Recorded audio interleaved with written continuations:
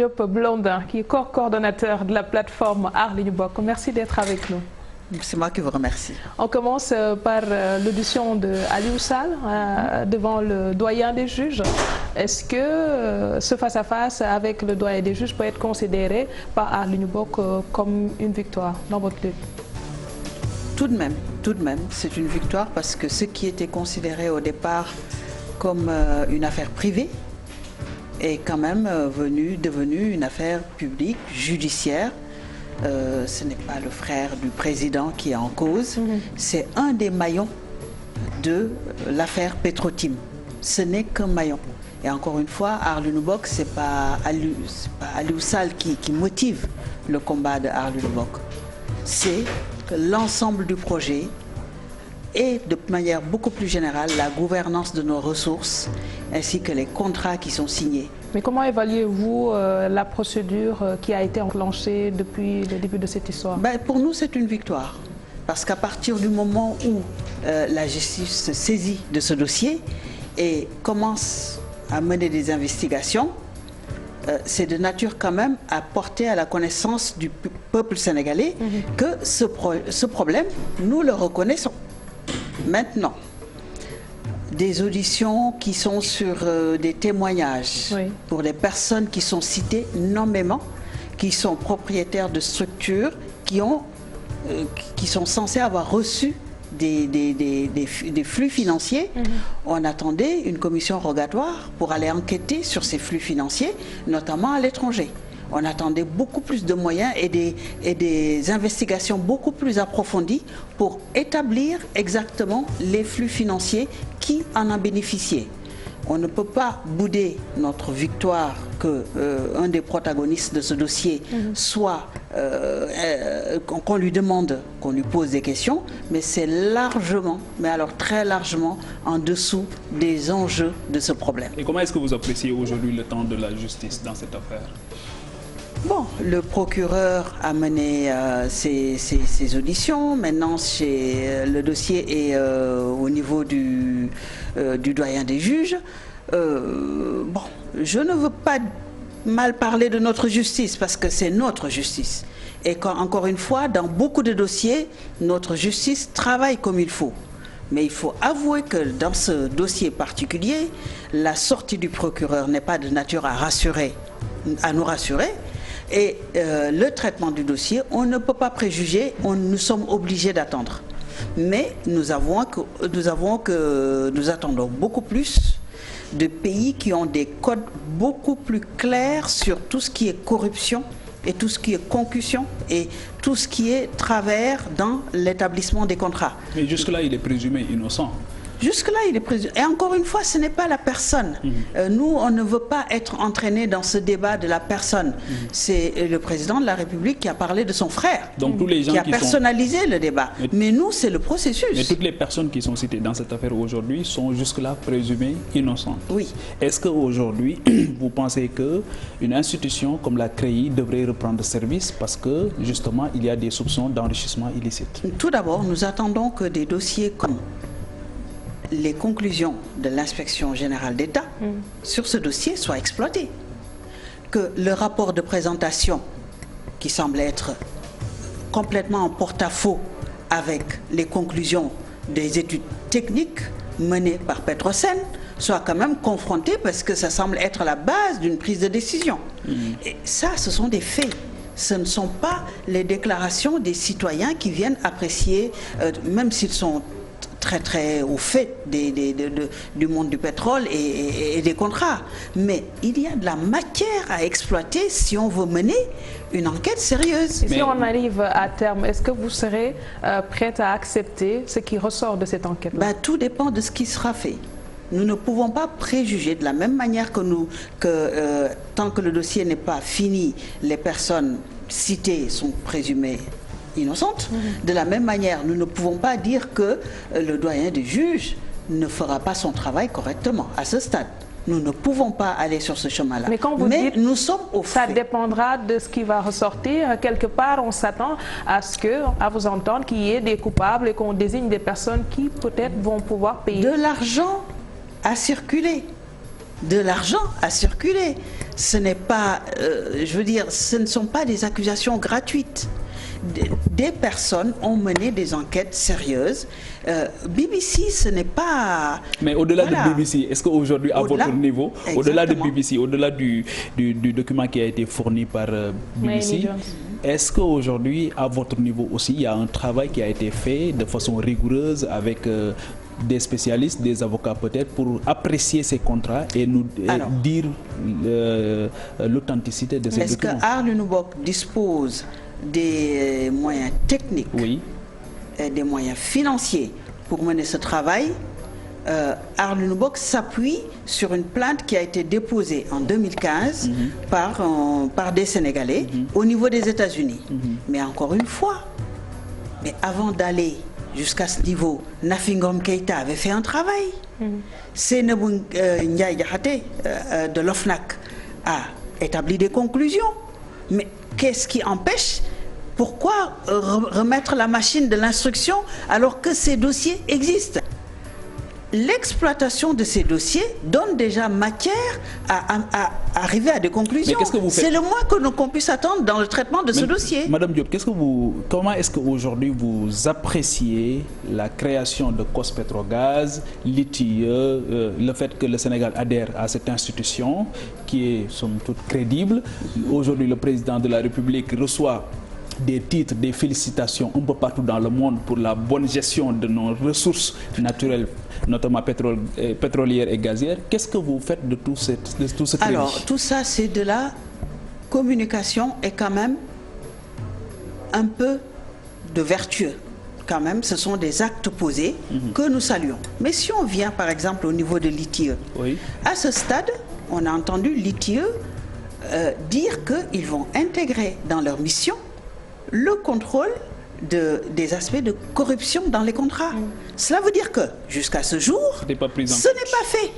Donc, ce dont nous parlons, nous ne saurons nous suffire de dire que nous adhérons à l'ITIE pour dire que nous sommes rassurés. La création de COS-Petrogaz. Quant à la création de COS-Petrogaz, dans l'émotion... Vous y êtes représenté? Dans l'émotion, la société civile fait partie de ce consortium. Mais encore une fois, c'est logé à la présidence. Oui, mais de la même manière que l'inspection générale d'État est logée à la présidence. Donc les conclusions de ces commissions et des travaux est à la discrétion du président de la République qui en fera l'usage qu'il souhaite. Donc ce n'est pas tant la compétence des personnes ou la pertinence de la création de ces institutions que leur travail réel et ce qui est fait des résultats de ce travail.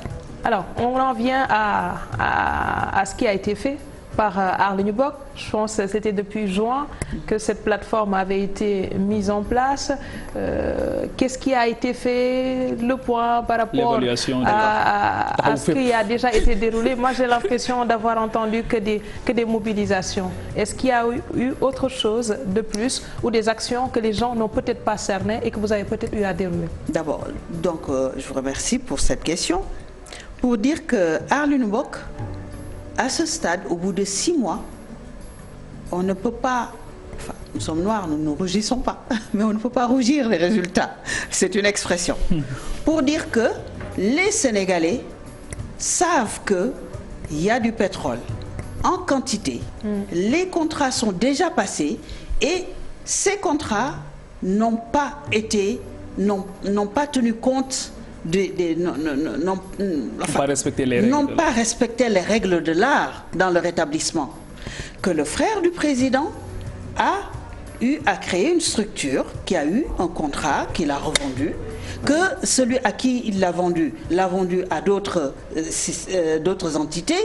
Le Sénégal n'a pas reçu la partie fiscale qu'il aurait dû recevoir et qu'en même temps ces personnes se sont enrichies et semble-t-il cet enrichissement est à un point tel que ça a été projeté sur 40 ans. Oui. Ça, on peut dire que quand les Sénégalais disent « Sama 400 000 », ce n'est pas Aar Linou Bok. C'est une façon de dire « Nous sommes 15 millions » et ramener à ces 15 millions ce que la prédation sortie de ces contrats, c'est l'équivalent de 15 millions fois 400 000. Ça donne une idée. C'est un peu populiste, c'est vite dit, mais ça donne une idée de l'appropriation du problème par le peuple. Ça, c'est un succès. Arlune Bok aussi a obligé, comme je le disais au début, à sortir du frère qui a été vilipendé à une affaire sérieuse, portée par la justice. Et comme on disait tout de suite, on attend la suite. Maintenant, Arlune Bok a obtenu ses résultats par certaines méthodes, en utilisant certaines méthodes, notamment les rassemblements, les marches, des séances d'information et des actions un peu moins spectaculaires. La mobilisation, nous connaissons nos compatriotes, nous connaissons les Sénégalais sur le long terme. Le 13 septembre, il n'y avait pas vraiment beaucoup de monde. Effectivement. Ce n'est pas pour nous exploser. Quand ils n'adhèrent pas, qu'est-ce que cela veut dire? Non, ce n'est pas pour nous excuser, mais le calendrier est là. Quand la Tabaski est là, 15 jours avant, 15 jours après, on ne peut pas tellement intéresser les gens à des problèmes. Quand le Magal arrive, pareil. Quand le Gamou arrive, pareil. Est-ce que c'est pas des Donc c'est l'événement. C'est pas des boucs émissaires? Non, c'est-à-dire que les Sénégalais adhèrent plus à des valeurs confrériques plutôt qu'à des valeurs nationales, de manière générale. Donc on l'a vu pour beaucoup de problèmes. Par contre, on est persuadé que beaucoup de citoyens, ceux qui ont entendu parler de ce problème, comprennent les enjeux, adhèrent au problème, et ce n'est qu'une question de mobilisation qu'il faudra, et c'est à nous de faire le travail pour ramener... senti quelque part un essoufflement de la C'est normal, c'est normal, parce plateforme. que, en fait, si on compare avec certains pays, comme je le dis souvent, ce n'est pas une élection qui viendrait régler le problème. Oui. Ce n'est pas un changement de personne qui viendrait régler le problème. C'est une enquête de longue haleine qui implique des multinationales, qui implique l'État qui freine des 4 fers pour que la vérité n'éclate pas, qui implique des personnes comme Franck Timis qui ont des moyens immenses à leur service pour les protéger. Donc, Arlune Bok, c'est vous, c'est moi, c'est d'autres personnes indignées qui se mettent ensemble pour lutter. Donc, à ce niveau-là, il y a quand même une grande différence de force. Donc, c'est un combat de longue haleine surtout, puisque c'est un combat qui prend plutôt le temps de la justice plutôt que le temps d'un événement qui viendrait signer le glas et dire que la question est réglée. Le plan d'action qui a été lancé au mois d'août, Tahaou FEP, justement, avait l'ambition de faire adhérer 400 000 Sénégalais à cet objectif-là. Il y avait aussi en toile de fond une visite qui devrait être faite au niveau des familles religieuses. Nous avons du retard sur le calendrier. Parce que cela n'a pas été fait. Tout n'a pas été fait. Une partie a été faite, tout n'a pas été fait. Nous avons remis, c'est l'occasion de parler des perspectives, pour dire que nous avons fait l'audit de notre fonctionnement et le diagnostic de tout ce qui n'a pas marché comme il fallait. Et donc ça, ça en fait partie. Quelle est la nouvelle feuille de route? Voilà, ça en fait partie. Il y a d'autres points comme permettre aux plateformes régionales, départementales, de se saisir des problèmes de ressources naturelles, notamment par exemple du côté de Tivaouane, tout ce qui est phosphate et la pêche, le zircon, le fer. Donc que ces départements prennent ces problèmes qui sont plutôt des préoccupations beaucoup plus locales. Oui, voilà. Très bien. Est-ce qu'au niveau de la plateforme aujourd'hui, un inventaire rigoureux, exhaustif a été fait par rapport aux ressources naturelles dont dispose le Sénégal et surtout par rapport aux contrats? Est-ce que vous avez pris le temps de passer à la loupe et au peigne fin tous ces contrats-là pour mieux aviser les populations et même demander aux autorités, si les choses n'ont pas été établies en tenant compte des règles de l'art, qu'il y ait une renégociation? La renégociation a été demandée dès le départ. Parce qu'à fondé sur le fait que ces contrats ne respectaient pas le code pétrolier, donc nous avions déjà demandé la renégociation. Par contre, ce que vous dites... Quel code? Le code de 98, parce que la société à qui on a donné la licence de recherche ne disposait ni de l'expérience technique, ni des moyens financiers pour qu'on lui attribue cette licence. Rien que cela, ça suffit pour qu'on puisse parler de renégociation. Maintenant, ce que vous dites, c'est important. Et ça fait partie de la feuille de route. Ça fait partie de la feuille de route que de coller, justement, quel est le travail réel accompli par Cospetrogaz, si tant est que ça fonctionne réellement. Quel est le travail de l'ITE, comment ça évolue, comment le Sénégal évolue et comment le Sénégal respecte, et même au niveau de l'ITE, y faire intégrer des problèmes que nous estimons devoir prendre en charge pour la gestion de ces contrats. Alors, donc si j'avance un peu, pour dire aussi que parmi donc élargir le spectre des problèmes, décentraliser les problèmes en laissant plus d'autonomie aux plateformes départementales pour la prise en charge, mais aussi élargir à des problèmes comme l'électricité. Parce que nous estimons que déjà c'est lié à la gestion des hydrocarbures. Nous estimons aussi que les choix stratégiques faits par le Sénégal font qu'une bonne partie de nos ressources va dans le fonctionnement de l'État et va dans le paiement de la dette. Et donc du coup, cela vient impacter ce qui est mis à la disposition de la population pour les services sociaux comme la santé, l'électricité et l'eau. Et donc, de ce point de vue, nous appelons vraiment les Sénégalais à s'opposer de toutes leurs forces, parce que nous estimons que c'est un choix politique que d'augmenter le prix de l'électricité.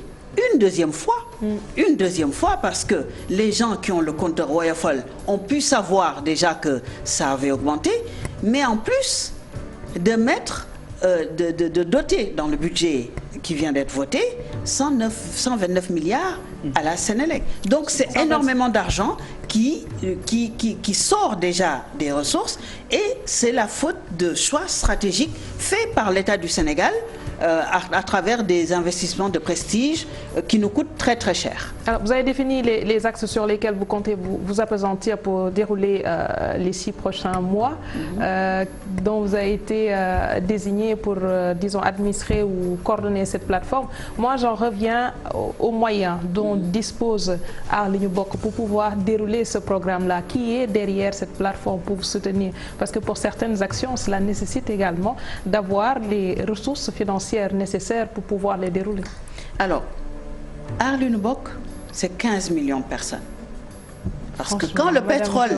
Non, mais quand on passera, on va prendre l'exemple de la Colombie, de 3% à 90% ou même plus des ressources qui reviennent au pays, Aar Li Ñu Bokk, il faut que les Sénégalais comprennent que ça concerne 15 millions de personnes, y compris les gens du pouvoir. Est-ce que les Sénégalais ont le droit de connaître vos bailleurs? Nous n'avons pas de bailleurs. Comment est-ce que vous vous organisez financièrement? Avec les moyens du bord. Quand on n'a pas d'argent, on a de l'intelligence.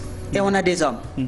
Voilà. Et nous avons beaucoup de bonne volonté qui mettent surtout leur expertise gratuitement au service. Parce qu'il y en a aussi qui reprochent ces genres d'initiatives au moment où vous contestez ou vous indignez par rapport à l'attribution de certains contrats.